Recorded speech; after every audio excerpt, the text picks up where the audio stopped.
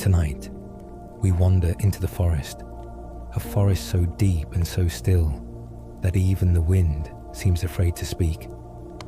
Long ago, on the edge of this forest, there lived two children, Hansel and Gretel. Their home was small, their food was scarce, and each night, hunger crept closer, like a shadow at the door. Their father was a poor woodcutter. He worked from dawn until the light was gone, but no matter how hard he tried, there was never quite enough, and his wife spoke softly in the darkness, her voice low and uneasy. "We cannot go on like this," she whispered one night. "There simply isn't enough."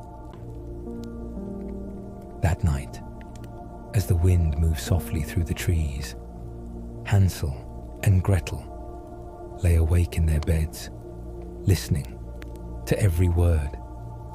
Gretel's hands trembled as she pulled the blanket close, but Hansel stared into the darkness, quiet and thinking. In the stillness, they heard it, their stepmother's voice, cold and certain. "We must take them into the forest, far beyond the path, where no one returns."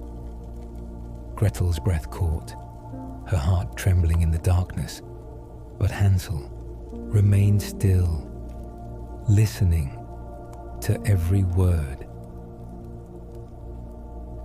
When the house had fallen silent, Hansel slipped quietly from his bed, careful not to wake a single soul.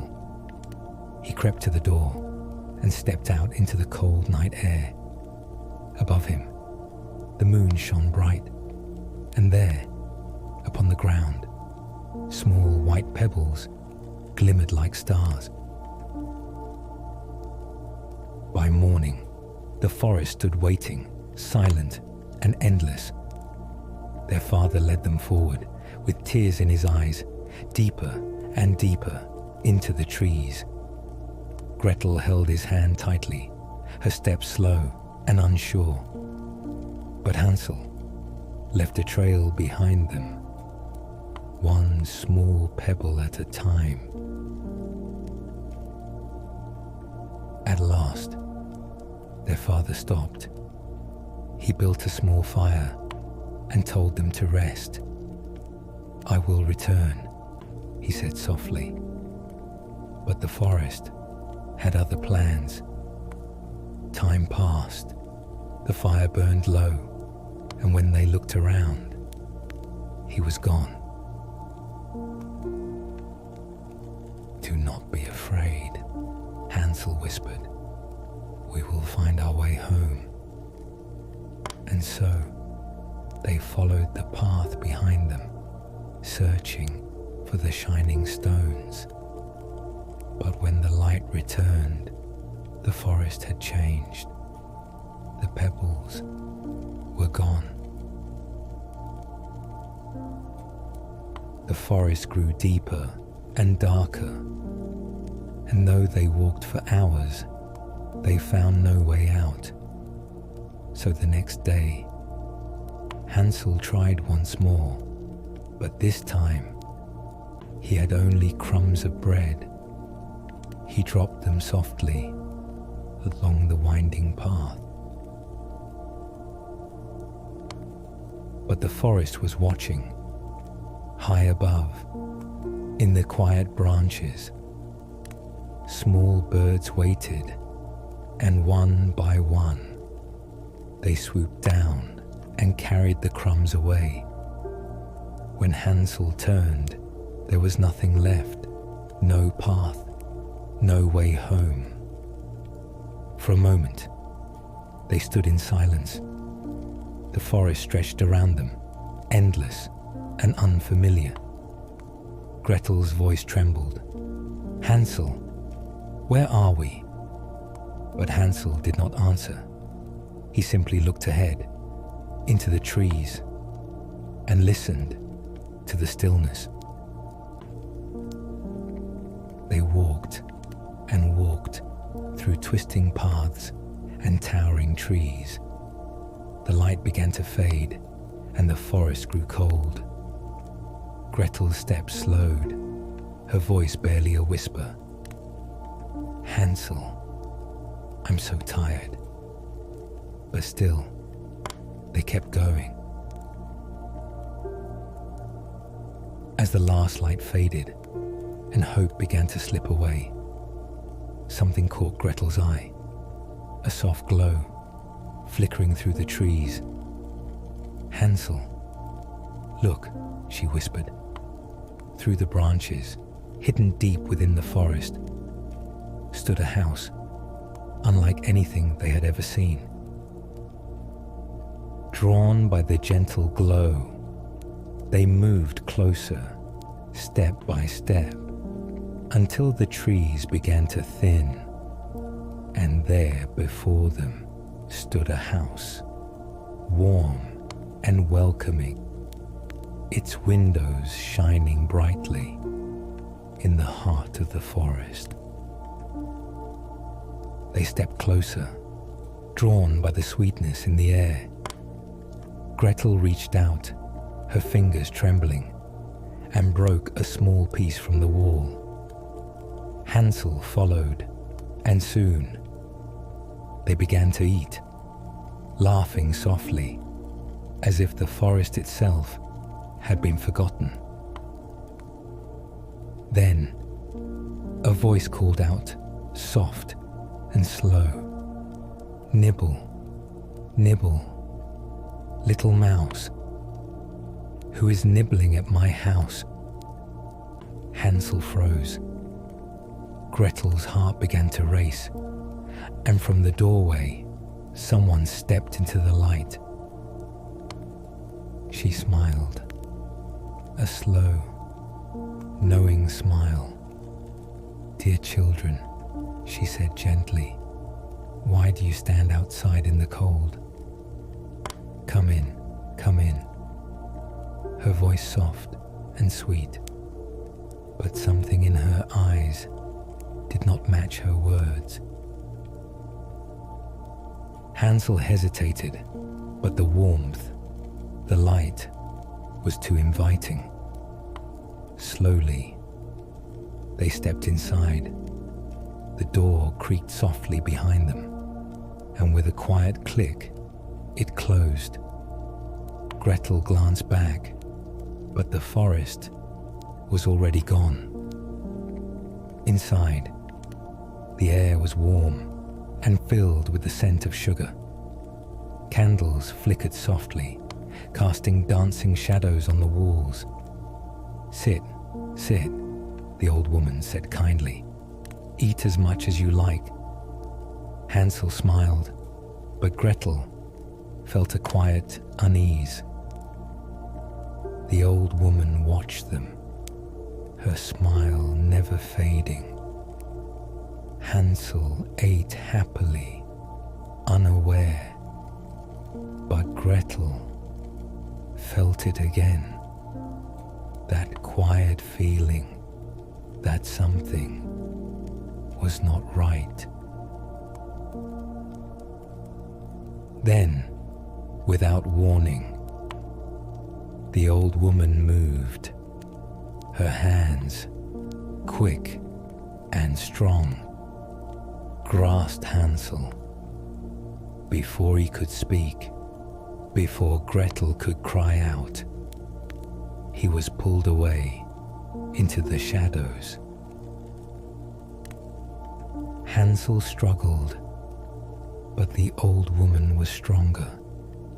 She dragged him deep into the house and locked him away behind cold iron bars. Gretel stood frozen, her voice caught in her throat as the door slammed shut. Gretel was left alone. The house felt different now, colder, quieter. The old woman turned to her, that same gentle smile still upon her lips. "Do not worry, child," she said softly. "Your brother will be well cared for." From that moment on, Gretel was made to work from morning until night. She cooked, she cleaned, she did as she was told. And each day, the old woman watched, waiting. Time went on. Hansel was given food, more than he had ever seen. Sweet cakes, warm bread, and sugared treats. "Eat, eat," the old woman would say, watching him closely. And all the while, Gretel waited. She listened. She watched. The old woman grew impatient, her eyes sharp, her voice less kind, and deep inside, Gretel knew they had to get away. Soon, the old woman came to the cage. "Let me see," she said. "Are you ready yet?" She reached inside to feel Hansel's finger. But Hansel was clever. He held out a small bone, and the old woman frowned. Day after day, the old woman returned, and each time, Hansel showed the bone. "This child is still too thin," she muttered, shaking her head. And so she waited just a little longer. At last, the old woman had grown tired of waiting. "No more," she snapped. "Thin or not, it makes no difference." Her voice no longer soft, no longer kind. The time had come. "Gretel," the old woman called, "come here." Her voice was calm, but there was something in it now. Something cold, something final. "Look inside," the old woman said. "Tell me, is it hot enough?" Gretel stepped closer, her heart pounding. She leaned forward, peering into the oven. And in that moment, she understood everything. Slowly, Gretel stepped back. I cannot see," she said softly. "Please, show me." The old woman leaned forward. Just a little more. And in that moment, Gretel pushed. And just like that, it was over. The fire roared, then settled, and the house fell silent. Gretel stood there, breathing, heart racing, but the old woman was gone. Gretel ran through the silent house, her breath quick, her hands shaking. "Hansel," she called, and there behind the bars, she found him. Quickly, Gretel opened the door. The lock gave way, and Hansel stepped free. She rushed to him and held him tight. At last, they were together again.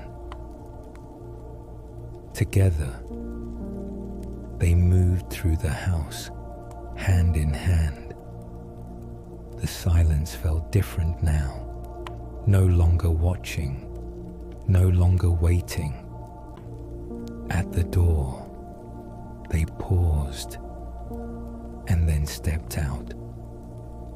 The forest stood before them, quiet and still. But this time, it did not feel so dark. Hand in hand, they walked on, following the light. On and on they walked, through the quiet forest. The path seemed clearer now, the way more certain. And though they were tired, they did not stop, for they knew they were going home. At last, they saw it, their home, waiting for them. And as they stepped inside, the fear of the forest, the darkness of the house, all faded away. Hansel and Gretel were safe and together. Their father wept when he saw them again. He held them close and would not let go, for he had feared he would never see them again.